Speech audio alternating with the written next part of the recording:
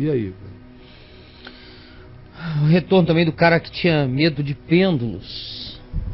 Você lembra disso? Lembro. O cara tinha medo de pêndulos. Já tem uns meses. Já tem um tempão já. É. Conversou aqui uma manhã aqui que com ele você. tinha pânico de pêndulos. Ele e eu falei a ele que provavelmente ele tivesse pânico do que o pêndulo simbolizava, ou retratava, ou exemplificava sobre um trauma mais profundo no interior dele. Mas o que é que ele diz hoje? Como ele pendula para nós? A natureza pendular de certas questões. Fala, Caião. Sou homem que tinha medo de pêndulos, lembra? Lembro. Retorno para dizer que estou curado. Graças a Deus. E vou comprar um lustre suspenso para a sala da minha casa. Que devia ser uma coisa que Você dava tem pânico noção? a ele, né? Isso aqui, lá, ó. Isso aqui, ó. Ó. Devia dar pânico a ele, isso aqui, ó. Isso aí arrebenta o cara. É. Ele devia dar pânico. Imagina. Isso, um lustre balançando para um cara com essa fobia pendular. Imagina, cara. Isso vai cair, vai arrebentar e tudo fica enorme. É igual barata. Para você não é nada, para mim é só um pêndulo. Para um cara com essa angústia, é como uma barata entrando na banheira de uma mulher. Que a gente não tem que julgar o que acontece na subjetividade pela apreciação objetiva do fenômeno em questão. Que não é nada, é só um pêndulo. Mas, dentro dele, quando isso ia e isso vinha, só Deus sabe aonde ele ia e para onde ele voltava de agonia correspondente. É muito doida a alma humana, até a gente começar a decidir não se entregar mais às pulsões do pavor no coração. Algo que noutros dias seria impensável. Uhum.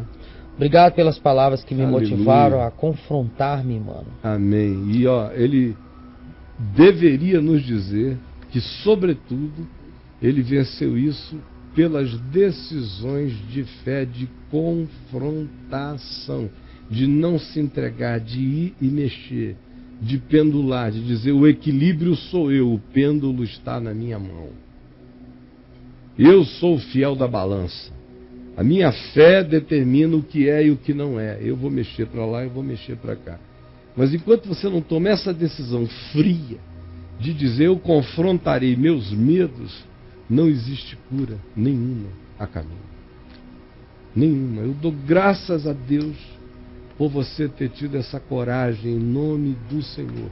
Compre o seu lustre e o pendure, fotografe e mande para nós, para a gente ver você balançando o seu lustre em casa. Eita, faça isso. Coisa linda. Tá bom, meu amigo? Que coisa boa. Amo ver coisas singelas. Porque para quem está em casa, não parece nada. Vai viver com essa agonia. Meu Deus. De um pânico de pendulamento. Na existência onde tudo é pendular. Para onde tu irás se tu não enfrentares o teu medo de pêndulo? Porém, retorno dessa vez com outra questão. Eu sou um artista ilustrador.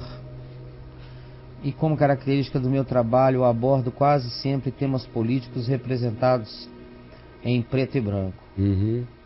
Certo? Chargista, cartunista. A minha técnica de desenho, cara, dá um aspecto roto, sombrio ao trabalho. Por causa dessa particularidade do meu estilo, fui convidado por um coletivo. Coletivo. Isso aí deve ser o nome designado na área dele, né? Vamos ver o contexto. A participar de uma exposição que reunirá obras de vários artistas ligados ao ocultismo e outras formas de espiritualidade que ilustrarão os arcanjos do tarô. Arcanos, mas deve ser arcanjos, né? A escolha de cada artista para cada arcano, é arcano que ele repete. Arcano será feita através de um ritual de magia e de certa forma tem me incomodado isso. Mas penso que não seria esse mesmo incômodo se fosse convidado por uma igreja católica para pintar santos, por exemplo. Ele não se incomodaria com isso. Mas penso que não teria esse... Seria esse um ranço religioso? Eu gostaria muito de ouvir sua opinião sobre isso, Caio. É importante para mim. Penso também que o medo de pêndulos não está conectado ao assunto, já que o medo que tinha era desde a mais tenra idade. Ele tinha uma fobia. Ele tira essa relação do pêndulo. Ele tinha uma fobia. Hoje ele está com medo de uma outra coisa. Hoje ele está querendo tomar uma decisão aí. De não tomar uma decisão por algum tipo de resíduo condicionante, de algum obscurantismo religioso presente na cabeça dele. É o medo de estar sendo obscurantista em relação a não tomar a decisão, ou o medo de estar sendo, por causa desse medo do obscurantismo, de estar tomando uma decisão inadequada mesmo. Porque eu pessoalmente não iria. Não iria? Não. Eu não iria. Eu faço diferença entre fazer uma pintura na Igreja Católica de um Santo Antônio, onde não tem nenhuma invocação antes. Se dissesse, olha, você vai pintar o Santo Antônio, mas antes a gente vai invocar o espírito do Santo Antônio para a gente fazer a pintura. Aí eu estava fora. Essa coisa da invocação antes para escolher é que é derrota. Eu estava fora. Porque ele não está indo ao mercado, como diz Paulo em 1 Coríntios 8, com a liberdade de comprar o que ele queira, ou dispor o que ele queira. Ele está indo ao mercado que diz, aqui só se vende fruta consagrada a Apolo, e todo mundo que comprar essa fruta vai ter que participar da invocação de Apolo. Vai ter que ajoelhar. Aí para mim não dá, meu amigo. Porque em 1 Coríntios 8, que o princípio é esse, de comer alimentos sacrificados a ídolos, isso significaria para nós hoje aqui o princípio do Evangelho sobre como viver no meio do sincretismo, das ambivalências, dos significados religiosos no planeta. Como existir em meio a esses significados? Como lidar com a pluralidade das consciências e das devoções das pessoas em relação a uma infinidade de coisas que para elas significam uma coisa e para você significa uma outra. É o que Paulo está tentando ensinar em 1 Coríntios 8, quando ele fala de alimentos sacrificados aos ídolos. O princípio é aplicado ao que eu acabei de descrever como um todo. Então lá ele é explícito. Se deixarem tudo na exposição, na base só de uma exposição, não pergunta a quem essa exposição está consagrada, vai e expõe os teus quadros. Mas se a exposição tem uma designação desse tipo, e mais do que isso, para fazer a exposição você tem que fazer uma invocação, que aí, meu amigo, é derrota total, não dá, eu não vou. E eu não tenho um resquício de pânico religioso em mim. Eu não vou por uma questão de consciência espiritual. Assim como eu não faria isso numa loja maçônica. Se o cara dissesse, olha, vem aqui vender todos os seus livros, vai estar cheio de gente, mas antes disso você vai ter que fazer uma oração maçônica com a gente. Eu estou fora. Eu não faço invocação nenhuma que a minha alma não queira e eu não creia. Eu não brinco de invocar nada. Nada. E nem faço brincadeira de exposição de nada e nem acho que as coisas sejam inócuas. Especialmente quando a consciência é tão concentrada nisso, a dos outros que propõem, e a sua está nitidamente grilada. E nesse nível de grilo, eu não teria a menor dúvida em obedecer a minha consciência e me pacificar. Porque, meu amigo, eu não sou você e você não é eu. Eu não me considero grilado com nada. E me considero um dos caras mais tranquilos e resolvidos que eu particularmente tenho para conviver. Eu convivo comigo com mais tranquilidade do que com a maioria das pessoas que eu vejo que tem crises e mais crises. O mais liberto anda com medos esquisitos. Eu não os tenho. Mas eu tenho princípios espirituais que eu não negocio sob hipótese nenhuma.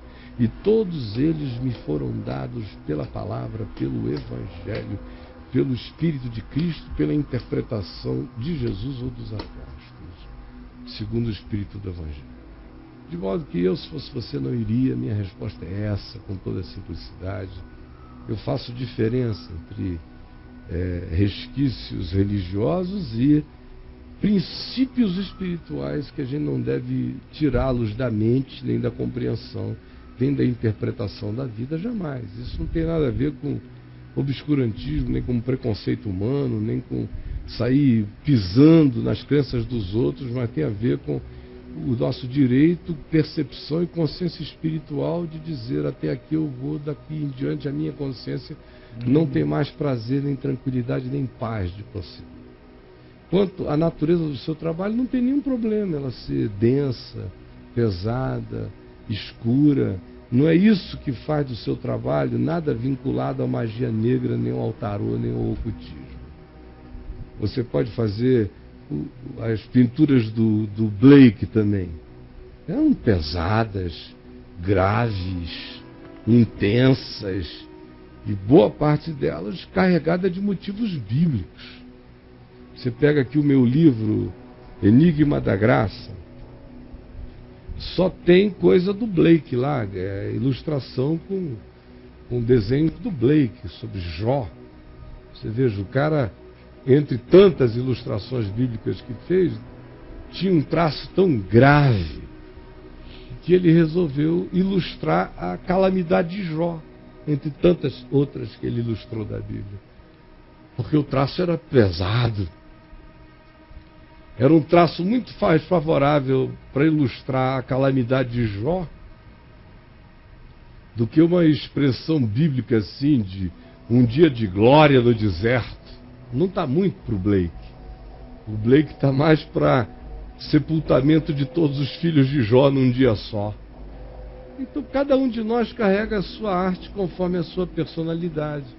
É por isso que o texto de Lamentações de Jeremias é totalmente diferente do texto de Isaías, que mesmo quando está chorando tem uma melodia exaltada em Isaías. E Jeremias, mesmo quando está vencendo, tem uma lamúria nas vitórias dele, porque a personalidade dele tinha um traço parecido com a sua. E aí? Caio, no caso, por exemplo, uma editora contrata ele agora, a editora ela vai editar qualquer cartas de tarô. Tem o direito de dizer o que ele aceita fazer e não aceita fazer.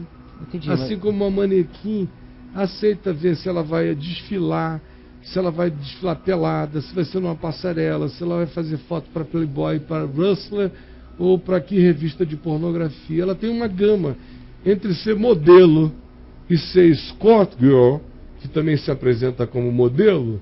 Tem um degradê monumental. Monumental. Assim como a gente vê todo dia. Por acaso, milhões de pessoas ali me veem como pastor. E eu não tenho nada a ver com o que a gente fala de pastor, no geral, todo dia aqui. Então, não é porque tem pastor se prostituindo que todo pastor é prostituto. Então, cada pessoa tem o direito de decidir o que faz com o produto da sua criação. A que dedica, a que consagra. Ninguém está obrigado a obedecer o mercado. E não é porque uma editora disse: eu vou lançar um livro lindo sobre tarô. Estou escolhendo os melhores artistas da Terra. E você é um deles. Nós vamos gastar uma grana com você, pagar. E você quer participar, mas os motivos são de tarô? Eu ia dizer: eu não vou.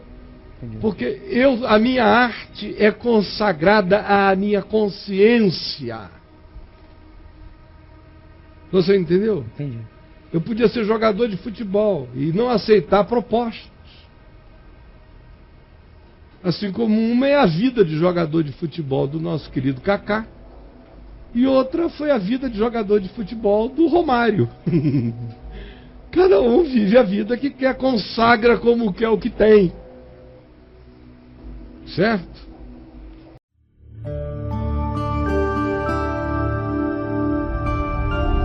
VNV TV, o canal é você.